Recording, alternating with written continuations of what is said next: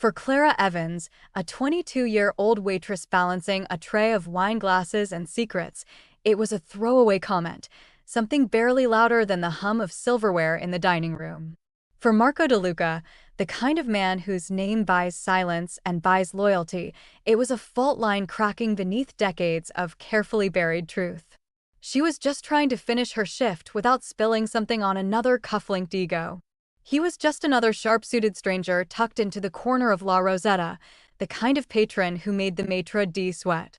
But when she saw the ring on his hand, thick gold, shaped into a wolf's head with gleaming ruby eyes, she froze mid-step. Because that same ring sat in a velvet box on her mother's dresser, untouched, unexplained, and always locked away.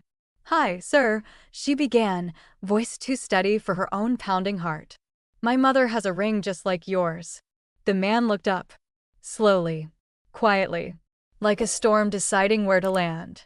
The low-string music swelled through La Rosetta's warm-lit dining room, mixing with the soft scrape of forks and the murmured deals of suited men. Clara moved through it like part of the rhythm, tucked hair, tired eyes, white apron tight at the waist. The restaurant gleamed with polished wood and discreet luxury, but for her, it was just another stage where rich men pretended to be civil. Until the door opened. He didn't announce himself. He didn't need to. Marco DeLuca walked like he owned the city's spine, and maybe, once, he had.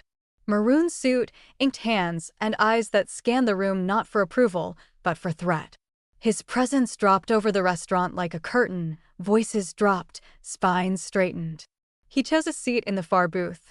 The table no one else dared claim. Clara grabbed a glass of Barolo and a fresh menu, nerves tight. She'd heard the name whispered in the kitchen, DeLuca. A name tied to stories of red wine turning to red blood, of fortunes built in backrooms and bodies that vanished in rivers. She didn't plan to say anything. She was going to serve the wine, smile politely, and get out. But then she saw the ring. And everything she thought she knew, about her mother, her past, and her name, fractured in a single breath. Before we continue, like this video and comment where you're watching from. Your support helps us bring more exciting stories that you won't want to miss. The silence between them lingered longer than it should have. Marco DeLuca's eyes didn't leave Clara's face, but they weren't curious, they were calculated. As if he were pulling threads behind her eyes, examining her soul for weaknesses. She tried not to flinch, not to take a step back, but her fingers clenched around the tray so hard, her knuckles blanched. She wished she could take the words back, scoop them out of the air before they reached him. But it was too late for that. "Your mother?" he asked, voice low, calm, and far too casual. Clara nodded, unsure whether to elaborate or shut up entirely. The weight of his stare felt like a judge's gavel, not loud, but final. He didn't press. Just nodded once, a short, mechanical motion, and turned his attention to the wine glass she still hadn't poured. Clara blinked, almost startled that he hadn't reacted more strongly or at all. But then again, that was the mark of real power, wasn't it? The truly dangerous didn't need to shout. They simply waited for the rest of the world to fall into place. She poured the wine, hands steady now, though she didn't feel steady at all. Then she left the table without another word, heart pounding like a fist on a locked door. She barely made it behind the kitchen doors before someone grabbed her arm. "Are you insane?" hissed Ramon, the floor manager, his grip firm and fingers shaking. He'd seen the interaction from across the room. "Do you know who that is?" "That's Marco DeLuca. That man's family used to run half the city." Clara pulled her arm free, masking the tremble in her jaw. "I didn't do anything. I just said you said enough," he cut in. "Let this be the last time. You poke wolves like that, you end up in pieces. Stick to serving wine." She didn't respond, not to him. Because inside her chest, under the fear, was something else entirely. Not curiosity, not anymore. It was dread. And the kind of cold certainty that only came when puzzle pieces started to click together too easily. The ring. The ring on Marco's finger had matched her mother's exactly. Not similar. Not close. Exact.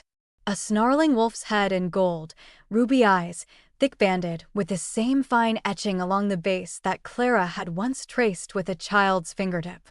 Her mother always said it was a mistake. A mistake too dangerous to wear.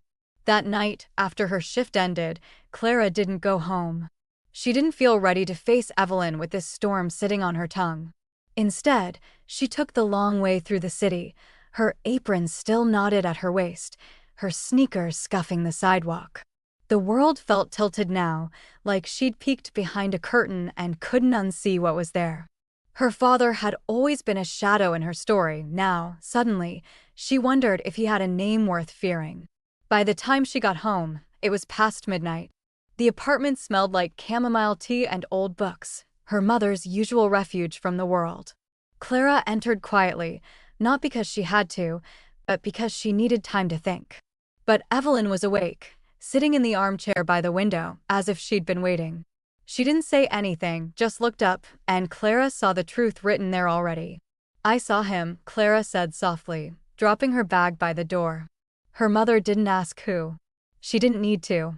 Her eyes flicked to Clara's wrist, saw the faint red marks from Ramon's grip, and closed like shutters.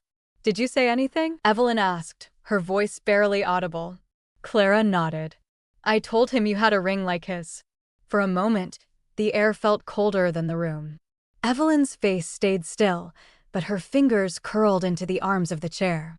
"Clara," she began, but the warning in her voice came too late. The silence between them had already shattered. "What does it mean?"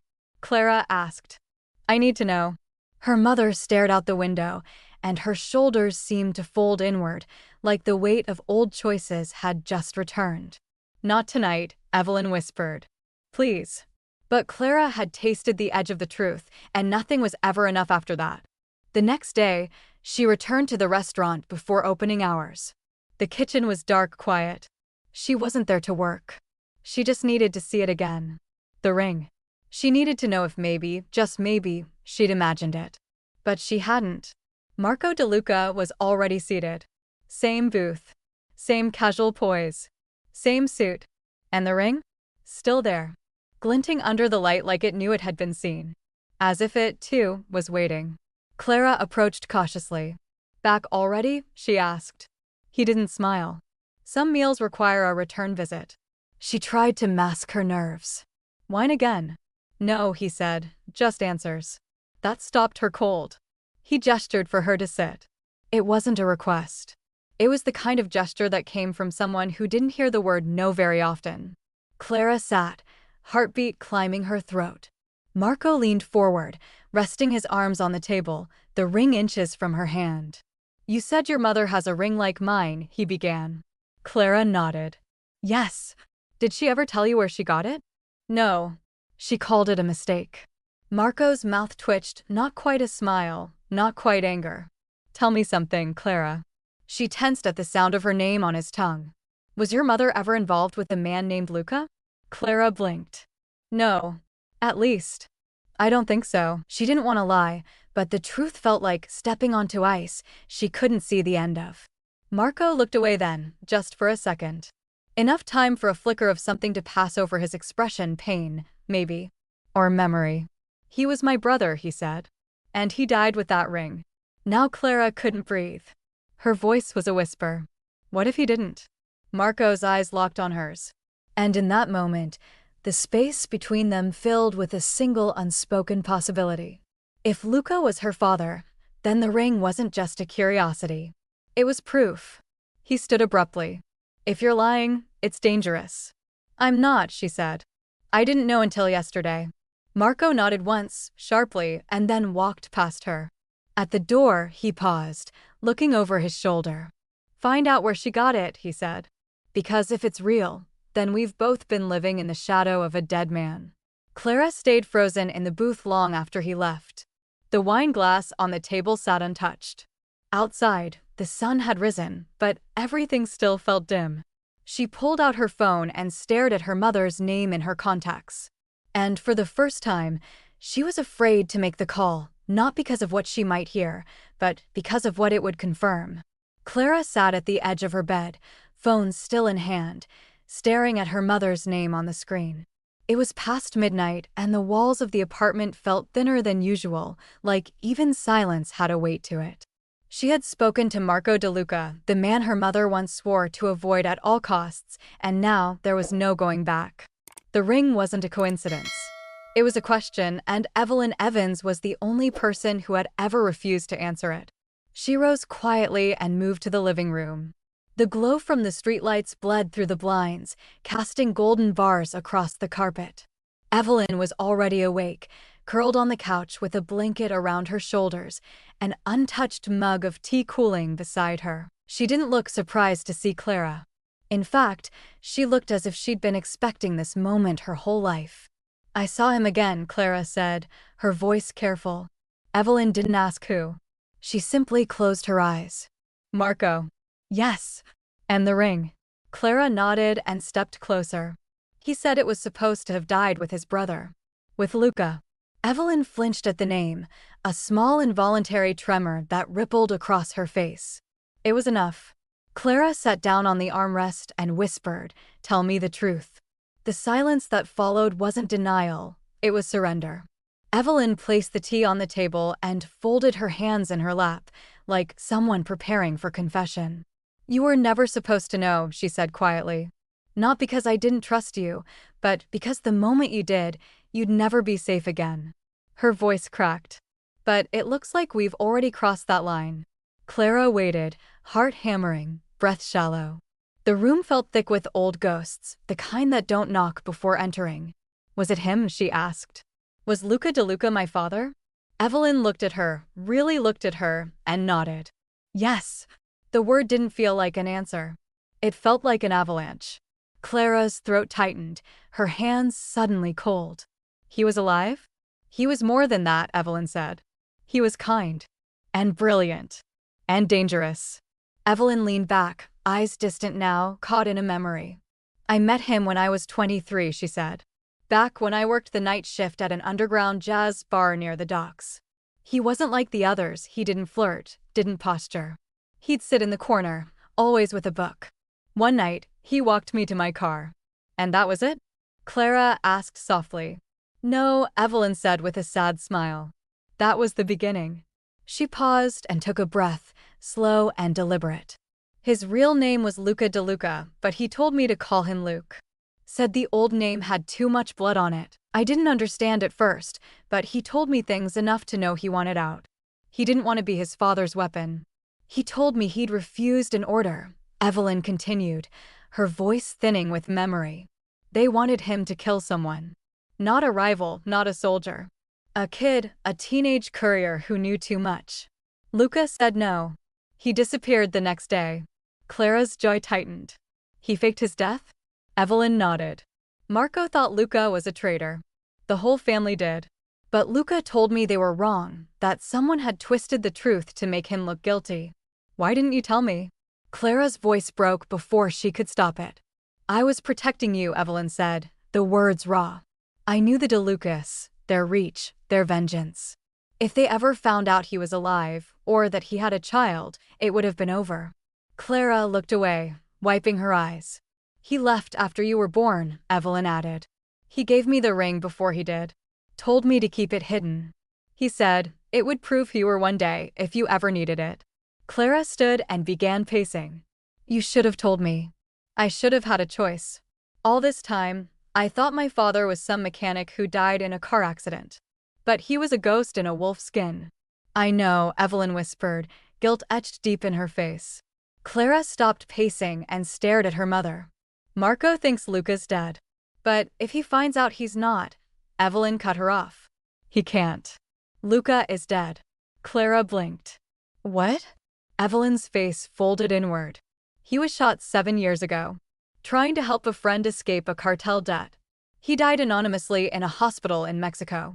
I got the call from someone he trusted. That's why I never wore the ring again." For a moment, Clara couldn't speak. The weight of it all, the bloodlines, the lies, the legacy, it crashed down in silence. "So it's just me now," she murmured. "No father. Just his name. And that ring." Evelyn looked at her, eyes wet. "No, Clara.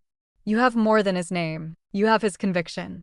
"And now Marco knows something's wrong," Clara said. "He suspects. Then we stay quiet.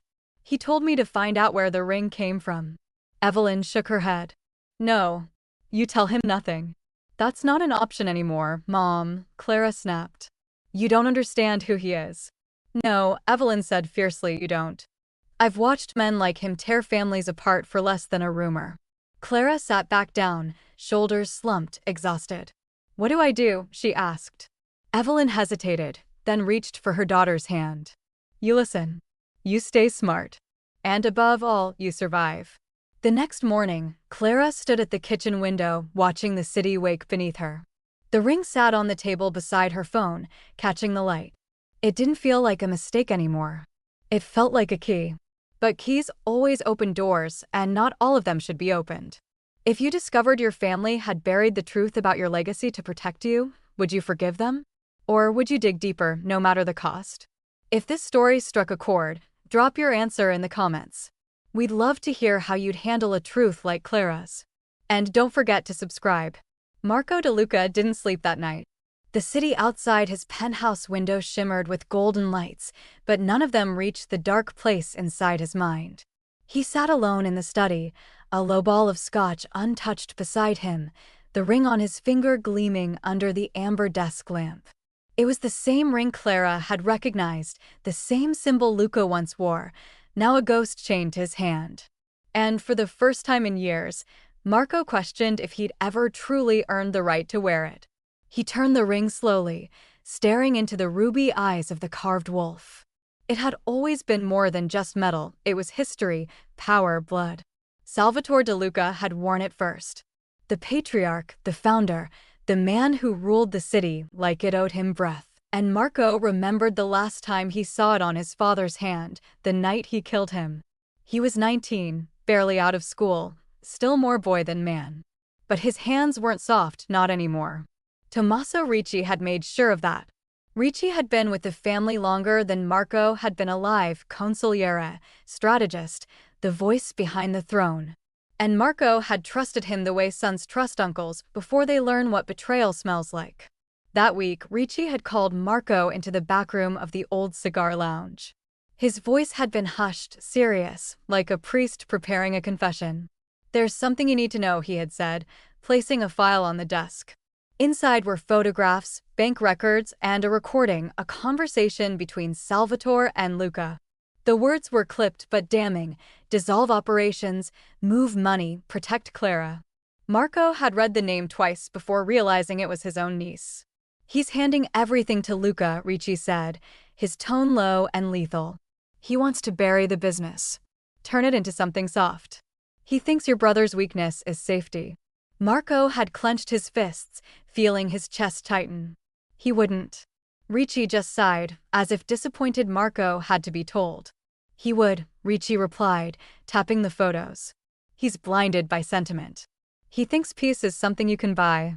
But you understand what legacy really costs. Marco had nodded, the lie slipping into his bloodstream like a drug. Because he had wanted the ring. And deep down, some bitter part of him had always believed Luca was better. That night, Salvatore had come home late. Marco was already waiting in his office, lights dimmed, revolver hidden behind the decanter. His father looked tired, more human than usual, as if he'd aged in just a few days. He poured himself a drink, not noticing Marco's tension until the click of the safety broke the silence. "Marco?" he asked, confused. Marco didn't speak. His heart thundered in his chest, but his hand stayed steady. "What are you doing?" Salvatore asked, rising slightly. Ricci's voice echoed in Marco's head. "Don't give him time to talk. He'll twist it. He always does." And so Marco fired. The shot echoed through the marble walls like a bell tolling for the end of an empire. Salvatore staggered back, hand clutching his chest, eyes wide with something Marco hadn't expected, not fear. Regret. He tried to speak, but the blood stopped him. He collapsed against the desk, the same one Marco now sat behind. Marco had dropped the gun and backed away numb. Ricci arrived 5 minutes later, calm and composed, like he'd just returned from a smoke break. He checked Salvatore's pulse, nodded once, and took the gun. "We'll say it was Luca," he said smoothly. "That he fled before we could stop him. It'll all make sense." And it had. Too much sense. Luca vanished. Marco inherited the ring, and Ricci remained at his side like a shadow that never quite let him forget. But now, sitting here with Clara's voice still ringing in his memory, Marco wondered if the entire thing had been scripted from the beginning. What if Ricci lied? What if the files had been forged? What if Luca wasn't betraying their father, but trying to save him? What if Salvatore hadn't chosen Luca over Marco, but had tried to save them both from the machine they'd become? He pulled open the drawer of the desk and retrieved the only photograph he had left of the three of them. It was taken the summer before everything changed. Salvatore standing between his sons, one hand on each shoulder, both boys grinning like they didn't know how rare joy would become. Marco looked at the image now and realized Luca hadn't been soft. He'd been principled. And Marco had confused that for weakness. Ricci's manipulation hadn't stopped with Salvatore. He'd shaped Marco's entire reign. All the business deals, the violence, the territorial games, none of it had made Marco feel like his own man. Only like a placeholder, keeping the seat warm for someone who never came back. Maybe that's why Marco ruled quietly, not like his father, not like Luca might have, but like someone who didn't want to be seen. He stood and moved to the window. The city below looked the same as it had for decades, glittering, chaotic, blood-soaked beneath its glass and steel. If Clara was Luca's daughter, and she had the ring, then everything Ricci had told him was a lie. Marco had killed his father over a story. And the only person who could unwrite it was a waitress who didn't even know what she'd inherited. He sipped the scotch finally, bitter heat rolling down his throat.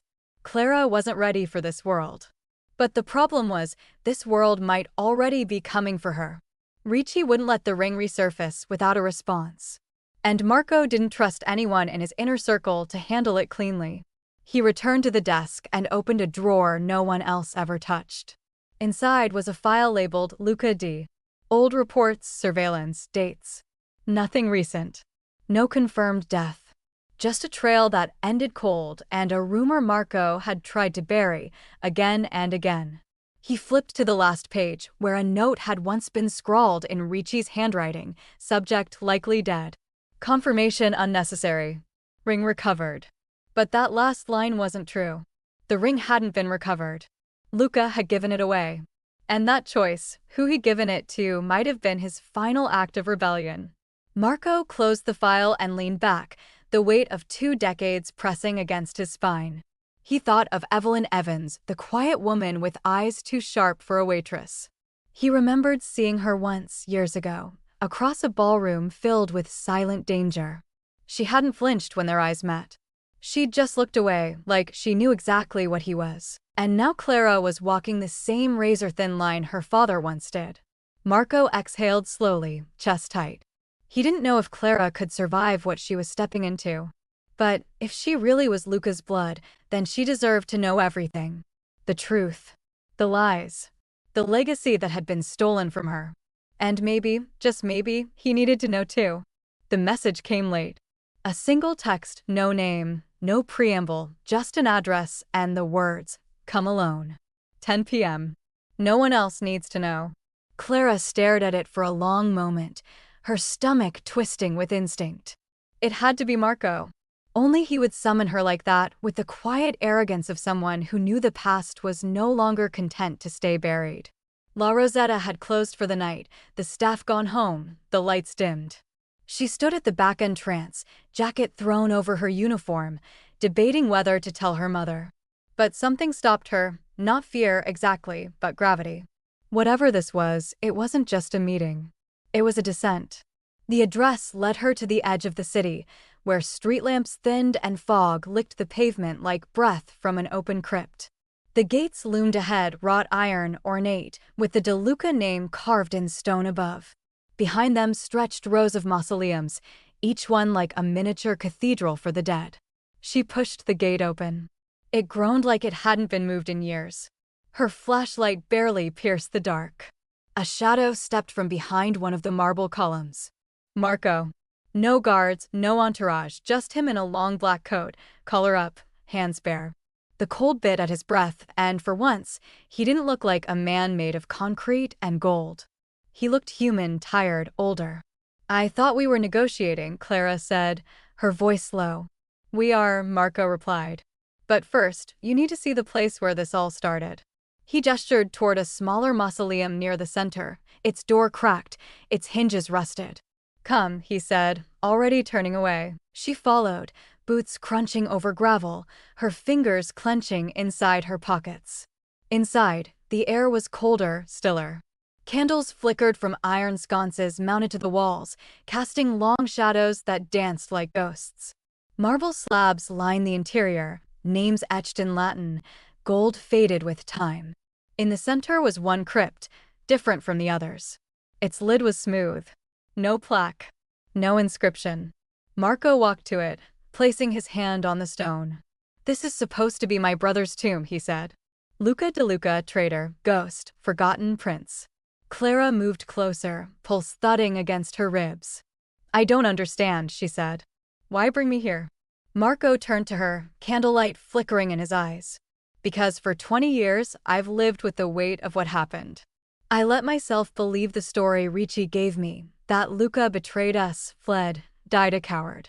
But nothing ever felt right. And when you said your mother had the ring, I knew. He paused, voice tight. I had to see it again.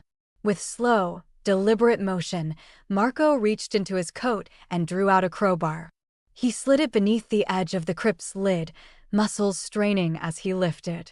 Stone scraped stone, the sound sharp and ancient. Clara stepped back, breath caught in her throat. The lid fell to the ground with a muffled thud. Inside the crypt was not a body. Not bones. Not silk-lined death. Just sandbags. 4 of them, stacked where a man should have lain. Clara's mouth opened, but no sound came out. She stared down, heart hammering. She wasn't looking at a grave, she was looking at a lie, carefully preserved. Marco's jaw clenched as he knelt, brushing dust from the corners. No funeral. No autopsy. No viewing. Just a sealed box, a whispered goodbye, and a name scratched off the records. He stood and looked at her, the fire in his voice flickering now. I didn't ask questions because it was easier to be angry. Ricci said Luca ran, that he'd sold information to a rival family and disappeared. I buried him with a bullet and a story. Marco's voice dropped. But it was this empty box, that haunted me. Clara moved closer, the weight of what she was seeing crashing down on her. He faked it, she whispered. He really faked his death. Marco nodded slowly. He never wanted the power. He just wanted out. But they wouldn't let him go, she said. Would they? No, Marco said. Men like Ricci don't let things go. Not loose ends. Not heirs. Luca had to vanish because the truth was more dangerous than the man himself. He ran a hand through his hair, suddenly exhausted. And now you stand here, with his blood in your veins. And his ring in your pocket. Clara's hands trembled. She reached into her coat and pulled out the ring, holding it up to the candlelight. Its gold still gleamed, and the carved wolf still bared its teeth. I thought it was just a relic, she whispered. It's not, Marco said. It's a declaration. They stood in silence, 2 figures in a tomb that had never held its corpse. Clara stared at the sandbags, her chest heavy. He gave this to my mother before he left, she said. Said it would protect her. Said it was proof. It was, Marco replied. And now it's a target. Clara turned to him, eyes sharp. So what now? You bring me here, show me this. Why? Marco's answer was quiet. Because I needed to know if I was wrong all those years ago. And because if Ricci finds out you're alive, he'll finish what he started. Clara stepped back, voice thin. I don't know if I can trust you. I don't expect you to, Marco said. But trust this. The man who lied to me about my brother has lied to everyone. And now he's watching us both. She stared at him, a war in her chest. He had murdered their father. Lied. Rained in blood. But he had also brought her here. Shown her the empty coffin. And in this tomb of false endings, she saw something real fear in the eyes of a man who had never once known what it meant to doubt himself. Marco walked to the doorway, pausing in the frame. When you leave here, you don't get to be invisible anymore, he said. They'll start watching. Listening. I've been invisible my whole life, Clara murmured. Maybe it's time they saw me. He nodded, a grim smile ghosting across his face. You really are his daughter. As they left the mausoleum, the door creaked shut behind them. The stone slab still lay beside the empty crypt, a lid with no purpose. And somewhere in the cold wind, Clara thought she heard something shift, not in the air, but in herself. She wasn't just a waitress. She was the heir of a ghost. A living claim to a legacy that should never have survived. If you uncovered a secret grave and learned your life was built on a lie, would you expose it or protect it? Drop your answer in the comments, and if you're ready to follow Clara deeper into the shadows of her past, make sure to subscribe so you never miss what comes next. The week after the mausoleum changed everything. Clara barely slept, the image of the sand-filled coffin replaying in her mind like a cruel riddle. Every word Marco had said echoed louder the more she tried to ignore it. He never wanted the power. He just wanted out.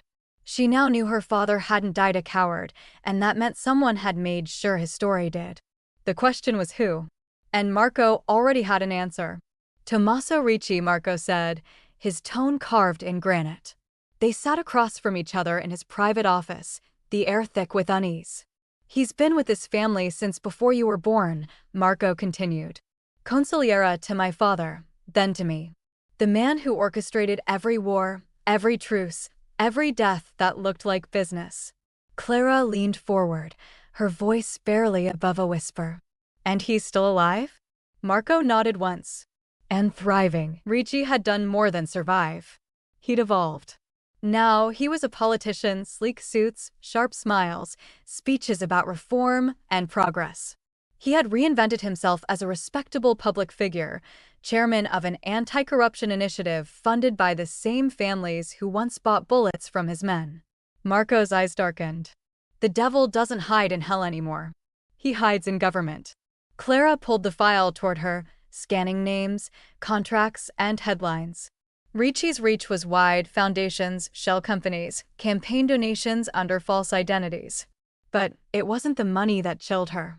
It was the pattern. Every time someone close to the truth surfaced, they vanished. A journalist's sudden suicide, a contractor's mysterious car accident, a clerk who moved overseas. You've been watching him for years, Clara said. Yes, Marco admitted, but watching isn't enough anymore. He poured himself a drink, the sound of ice clinking breaking the silence. I buried too many ghosts believing his lies, my father, my brother. He fed me stories until I became the weapon he needed. He looked up, eyes hard. Now I want proof. That night, Clara went home and pulled out the old box her mother had kept hidden in the back of the closet. It was filled with newspaper clippings, receipts, and an envelope marked LD. Inside was a faded photograph, 4 men, standing shoulder to shoulder outside an old factory. She recognized 2 instantly, her father, Luca, and Marco, both younger, both unaware of the storm that would come. The third was Salvatore DeLuca. And the fourth, standing beside Luca with an arm over his shoulder, was Tomaso Ricci. The betrayal hit her like a wave. Her father hadn't been Ricci's enemy. He had been his ally, his friend. The picture told a story of trust before everything shattered. Mom, Clara whispered, tracing Ricci's face with her thumb. You knew, didn't you? But Evelyn was asleep in the next room, and silence was the only reply she got. The next day, Clara showed the photo to Marco. For a long moment, he said nothing. His jaw tightened as he stared at the image, eyes fixed on Ricci's hand gripping Luca's shoulder like ownership. I remember this day, he finally said. It was the ribbon cutting for one of our front companies, a steel plant that laundered more cash than it produced metal. He took a deep breath. Ricci said Luca was selling secrets. He told me this picture was proof of betrayal. But he didn't tell me it was taken a week before our father died. Clara's voice was steady. He needed you angry enough to pull the trigger. Marco looked at her, eyes dark. And I was. The admission hung heavy between them. It wasn't remorse, it was recognition, decades too late. Ricci hadn't just killed their father, he'd rewritten the family's entire history. They decided to move quietly. Marco had resources, Clara had motivation. She started digging through Ricci's public records, his speeches, his connections. Every name she traced led back to one pattern: old DeLuca associates turned legitimate, their loyalty bought with contracts and favors. Ricci hadn't dismantled the syndicate. He had rebranded it. At night, Clara couldn't stop thinking about the photograph. Her father's smile was easy, unguarded. Ricci's wasn't. His grin had a practiced quality, the kind worn by men who never did anything without purpose. She wondered what Luca had seen in him back then. A mentor? A partner? Or a devil disguised as family? By the third day, Marco called her again. He'd gotten something new, an internal memo from one of Ricci's construction companies dated 20 years ago. It referenced a transfer of operations signed off by Salvatore DeLuca and witnessed by Ricci. But the signature wasn't Salvatore's. Marco recognized the forgery instantly. "He forged my father's consent," Marco said, voice shaking with fury, then staged his death and blamed Luca for it. Clara swallowed. "And you for carrying it out."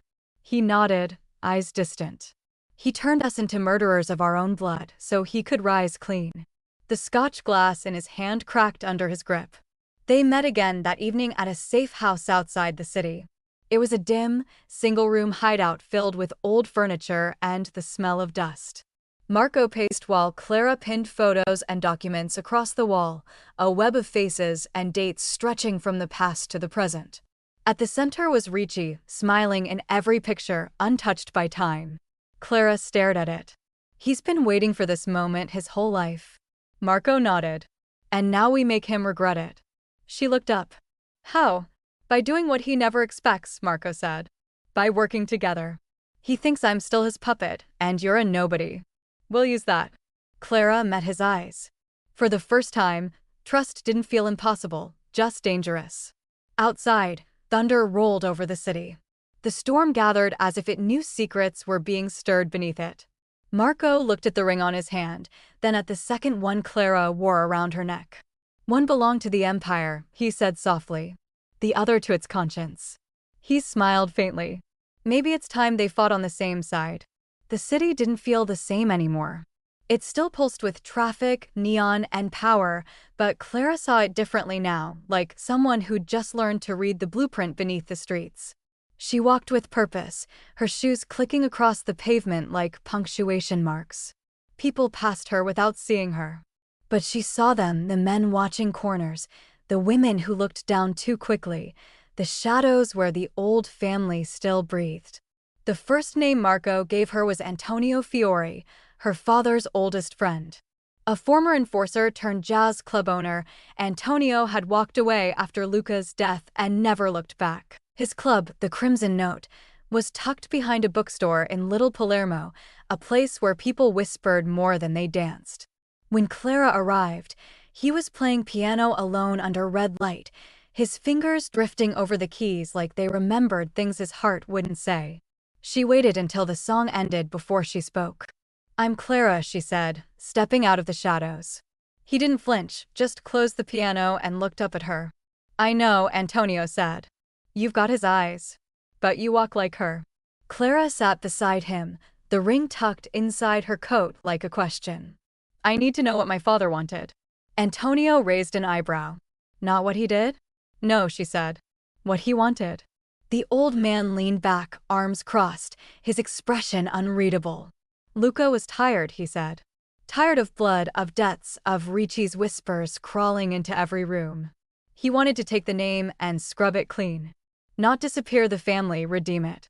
He talked about buying out the fronts," Antonio continued. "Shutting down the worst rackets.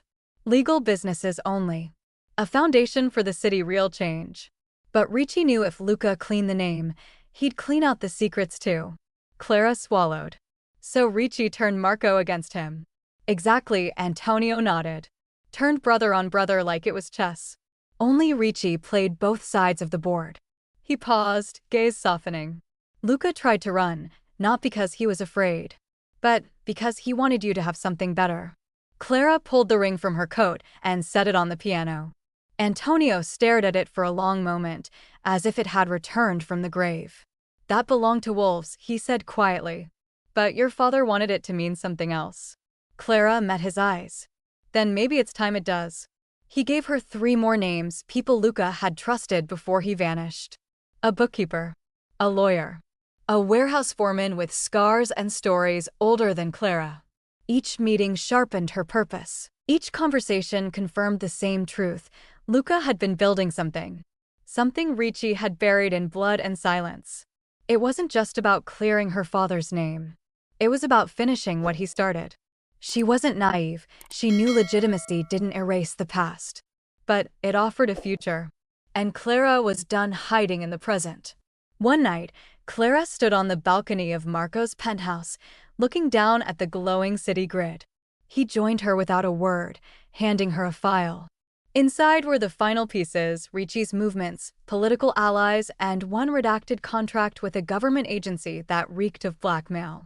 "You've been busy," she said. Marco smiled faintly. "So have you." "I met Antonio," she said. "And the others." Marco nodded. "I figured you would. That's why I gave you their names." Clara turned to face him, wind lifting her hair. "I'm not just doing this for Luca. I'm doing this because this legacy can't belong to Ricci anymore." "You've made your decision then?" Marco asked. Clara looked at the city, alive, breathing, bleeding, and nodded. "Yes. I won't run from this. I'll finish it. For him. For me." Marco studied her for a long moment. "You remind me of him," he said. "But you're something else too. You're not just Luca's daughter." Clara lifted the ring and slipped it onto her finger. "No," she said. "I'm the DeLuca daughter." Later that night, she sat in the center of Marco's study, documents scattered around her, laptop glowing. She wasn't overwhelmed anymore. She was focused. She wasn't a waitress with questions. She was an heir with a plan. And she wasn't alone. The DeLuca name had teeth. But Clara was learning how to make it speak. She drafted a press release, created a digital archive, began building the case they'd take public if Ricci made one wrong move. No more shadows. This war would live in the light. She started showing up in places Ricci's people didn't expect. Charity galas. Quiet city council meetings. Warehouse inspections once considered off-limits. She didn't throw her name around. She wore it like a warning. The wolf's ring never left her hand now. People noticed. Whispers returned to the streets, not about the criminal empire, but the girl with fire in her voice and ghosts at her back. They said she looked like Luca. But she walked like something new. Not a threat. A promise. Marco stood at a distance and watched it happen. The waitress who had stumbled into his booth was gone. In her place stood the one person Ricci hadn't accounted for, a DeLuca who couldn't be bought, broken, or buried. A daughter who chose justice over inheritance. They met again a week later at the Crimson Note. Antonio poured her a glass of red and nodded to the back room.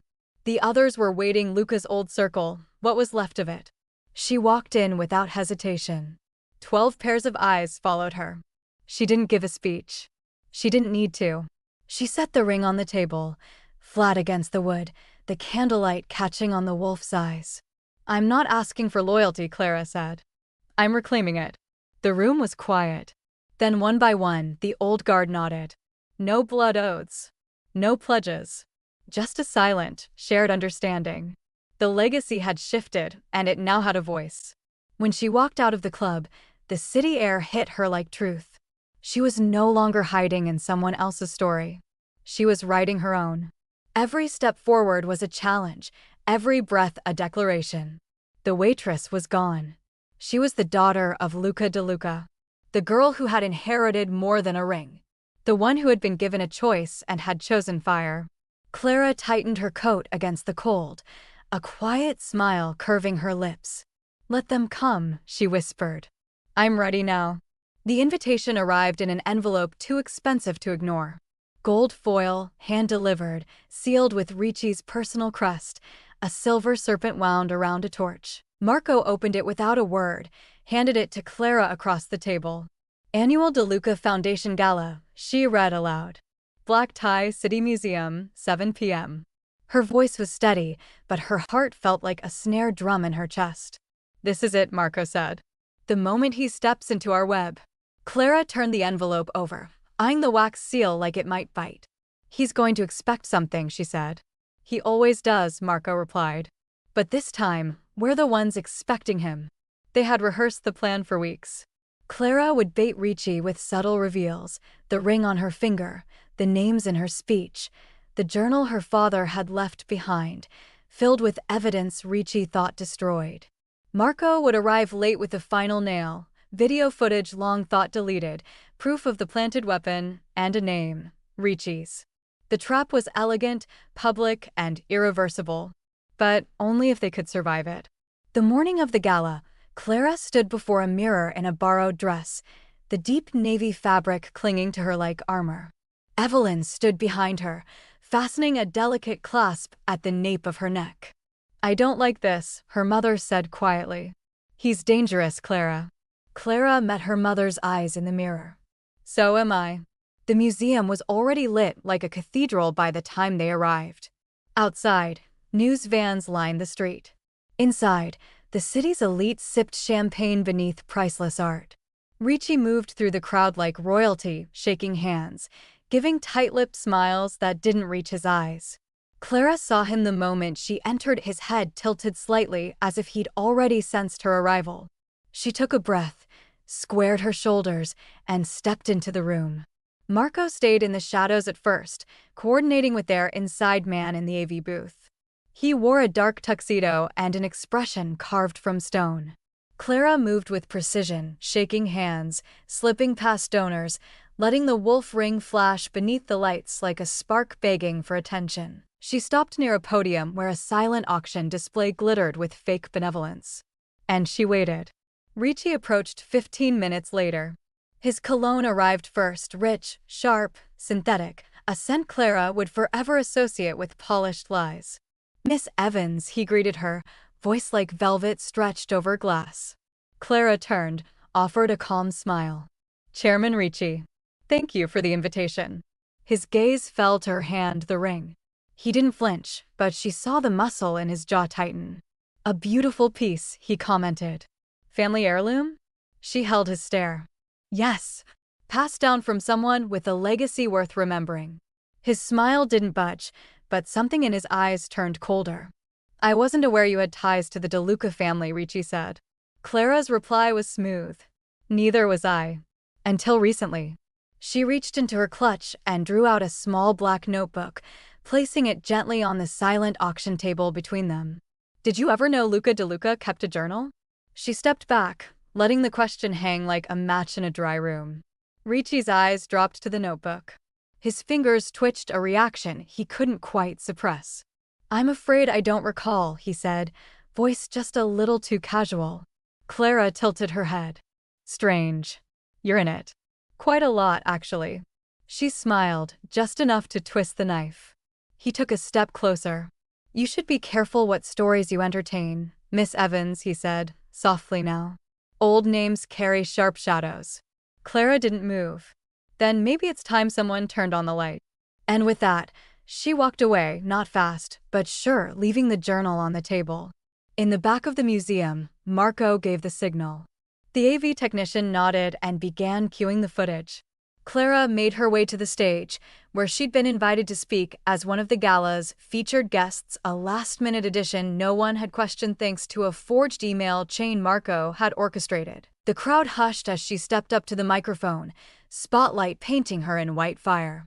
She scanned the room and found Ricci watching her, arms folded, smile razor-thin. "Good evening," she began. "I'm not a politician. I'm not a philanthropist. I'm not a name you'll find on tonight's donor list. But I am someone who carries the blood of a man the city was told to forget." Gasps fluttered through the room like birds startled from trees. "My father was Luca DeLuca," she continued. "And before you reach for your phones, let me tell you something. He wasn't the traitor they said he was." Her voice rang clear now, each word hammering a coffin nail into a very old lie. "He tried to turn this legacy into something honest. He paid the price for that attempt with his life." In the shadows, Ricci's jaw clenched. Clara didn't stop. "I have his journal, his words, his proof. And now you do too." She looked toward the booth. Marco nodded. The screens lit up. What followed wasn't flashy, no action movie twist, no sudden explosion, just raw, damning evidence. A time-stamped clip of Ricci entering a secure room with a pistol. A planted weapon, wrapped in a cloth. A conversation caught on a surveillance mic that Ricci had believed was destroyed. Make it look like Luca. Marco won't question it if he sees the blood himself. The silence that followed was deafening. Not even the waitstaff moved. Ricci stood frozen, face pale, mask slipping. Someone in the back gasped. Someone else swore under their breath. And Marco stepped into the spotlight beside Clara. "You used me," Marco said, voice like a gavel. "You used all of us." Ricci's voice was a rasp now. "You don't know what you're talking about." Clara raised her hand. "No, we finally do." Security moved toward Ricci, hands already reaching for earpieces. He looked left, right, calculating exits. But there were none. Only flashing phones, blinking cameras, and the weight of 100 witnesses. And for the first time in his life, Tomaso Ricci had nowhere left to run. As he was escorted away, Ricci turned to Clara one last time. "You think this ends with me?" he hissed. She didn't flinch. "No. I think it starts with you." And then he was gone, swallowed not by shadows this time, but by light. After the crowd dispersed, Clara stood beneath the high ceiling, the ring warm against her skin. Marco stood beside her in silence. For once, there were no ghosts between them. Just the truth. And what they'd done with it. If you had one moment, in front of everyone, to speak the truth that could destroy someone powerful, would you take it? Let us know in the comments how you'd handle a night like Clara's. And if you're ready to see the fallout, subscribe now, the storm hasn't passed yet. The room had turned into a battlefield of silence. No one spoke, no one moved, all eyes were on Ricci. The footage still glowed on the giant screen behind him, playing his betrayal in brutal clarity.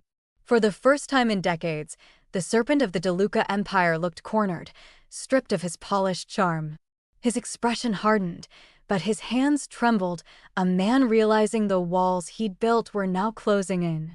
Clara stood center stage, the crowd's murmurs swelling like a rising storm. Cameras flashed, journalists whispered, and the entire city's elite leaned forward in morbid fascination. The ring on her finger caught the light, and suddenly, it didn't feel heavy anymore. It felt like her father's voice, steady, certain, unbreakable. She reached into her clutch, pulled out the second ring, and held it up for the crowd to see. "This," she said clearly, "belonged to my father, Luca DeLuca." Gasps rippled through the room. Beside her, Marco remained silent, letting her lead the charge. "This," she continued, holding up her own hand, "belonged to the man who was told to kill him, my uncle, Marco DeLuca." 2 rings, 1 family, 1 lie that has lasted far too long. Ricci tried to interrupt, but Clara's voice cut through him like glass. "My father was not a traitor," she said. "He wanted to make this family legitimate, to stop the bloodshed, to give the DeLuca name something worth saving. And for that, Tomaso Ricci had him destroyed." She opened a small recorder and pressed play. The soft hum of an old tape filled the air. Luca's voice, fragile but firm, echoed through the hall. "If you're hearing this, it means I've failed to change the family from within," it began. "But it also means you've survived me. Ricci has his hands in everything. He turns brothers into enemies, sons into killers. Don't trust his peace, it's bought in blood." Clara's eyes burned, but her voice didn't waver. "My father's words, his warning, still hold true." The tape continued, Luca's tone weighted with sorrow. "If Marco is listening, know that I never blamed you. You were used. We all were. But one day, the truth will find its voice, even if it has to come through my daughter." Clara stopped the tape, letting the silence after it linger like judgment. Ricci laughed suddenly, the sound hollow, desperate. Touching, he sneered, straightening his jacket. "A family soap opera for the papers. You have no idea how deep this goes." Marco stepped forward then, voice low and lethal. "Deep enough that you'll drown in it." He turned to the crowd. "We have more." The lights dimmed again, the projector shifting to a new set of images. Bank ledgers. Wire transfers. Signed authorizations. Ricci's fingerprints all over contracts linking his political fund to decades-old criminal operations. Marco's tone was clinical, precise. "Every crime you blamed on Luca DeLuca funded your rise, Tomaso. Every corpse paved your way to legitimacy." Ricci's jaw clenched. You can't prove, but he froze mid-sentence when Marco raised a small black device, a wireless receiver. You're still wearing your mic, Tomaso, Marco said coldly. Everything you've said tonight is already being broadcast. Ricci's face drained of color. The crowd erupted. He stumbled backward, sweat glistening under the hot lights. You think this will save you, he shouted. You think exposing me makes you clean? You're all part of it. Every one of you who ever took my money. The room buzzed with panic, guilt, and denial. But Clara didn't move. She'd waited her whole life for this moment. Ricci's eyes darted to the side, searching for an escape route. Two uniformed officers appeared near the doors, blocking his path. Stay where you are, Mr. Ricci, one commanded. Ricci's composure finally cracked. I buried that family once, he shouted, voice trembling with rage. You think I won't do it again? The words echoed through the grand hall like a confession carved in stone. Gasps turned to shouts, phones raised like weapons, recording every word. Marco stepped closer, eyes hard as steel. You just buried yourself. Ricci lunged, but the officers were faster, tackling him to the ground as flashes exploded from the cameras. In the chaos, Clara stood unmoving, calm amid the storm. The microphones caught everything, the shouting, the clatter, the sound of handcuffs locking. Ricci's empire had crumbled in seconds, not with gunfire, but with truth. He was dragged toward the exit, shouting names and threats that no one would remember tomorrow.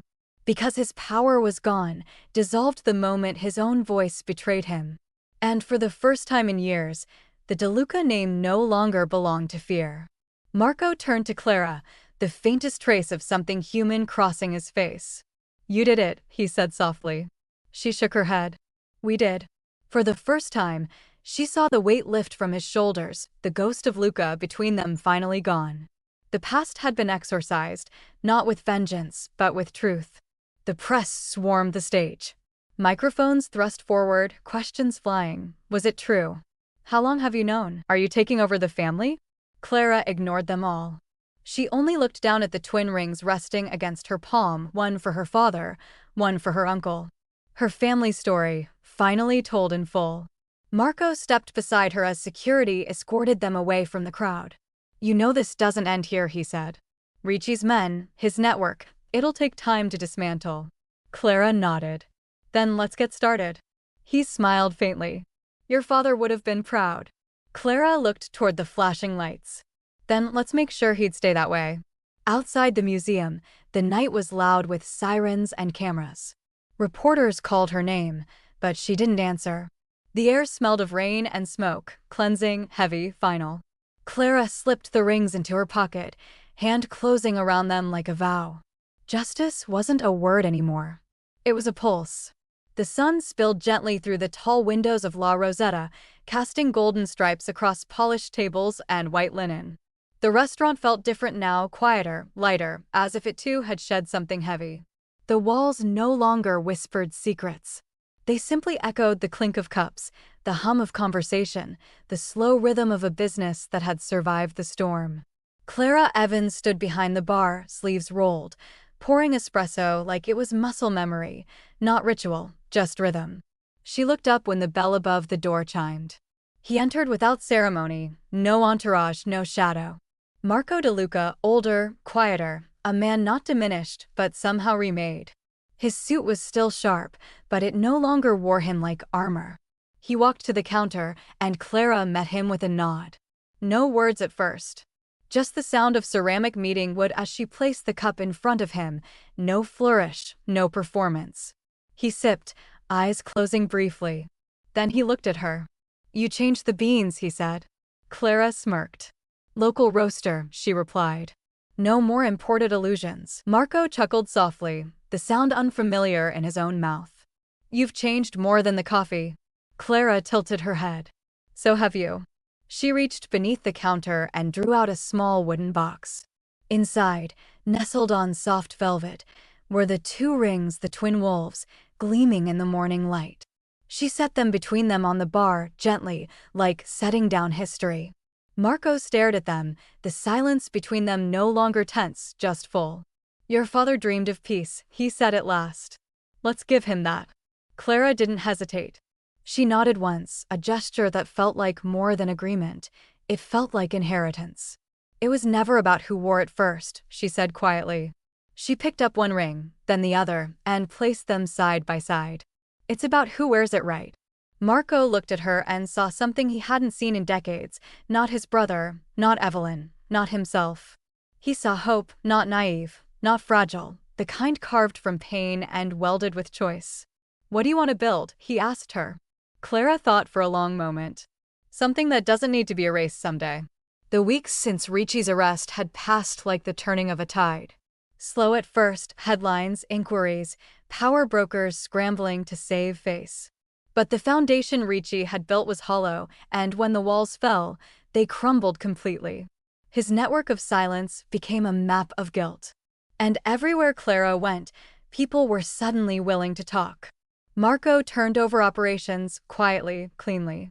He sold the last front business 2 days ago. The money, some of it blood-stained, all of it earned, was redirected into a scholarship, a clinic, a foundation bearing a name that hadn't been spoken aloud in 20 years, Luca Initiative for Reform and Equity. No more violence. Just a name reclaimed. Evelyn had moved out of their apartment into a quiet garden home outside the city. She didn't ask for headlines, just peace. Clara visited her every Sunday, and they sat on the porch and spoke about everything and nothing. Sometimes they read her father's journal aloud. Not as a wound, but as a window. The city changed too, not overnight, but like frost melting off stone. Police raids unearthed buried truths. Politicians lost their seats. New voices rose from old shadows, not to dominate, but to clear space. Clara wasn't just a symbol anymore. She was a signal. One morning, she received a handwritten letter from a young woman in another city. I saw your speech. I wore my mother's ring for the first time today. Thank you.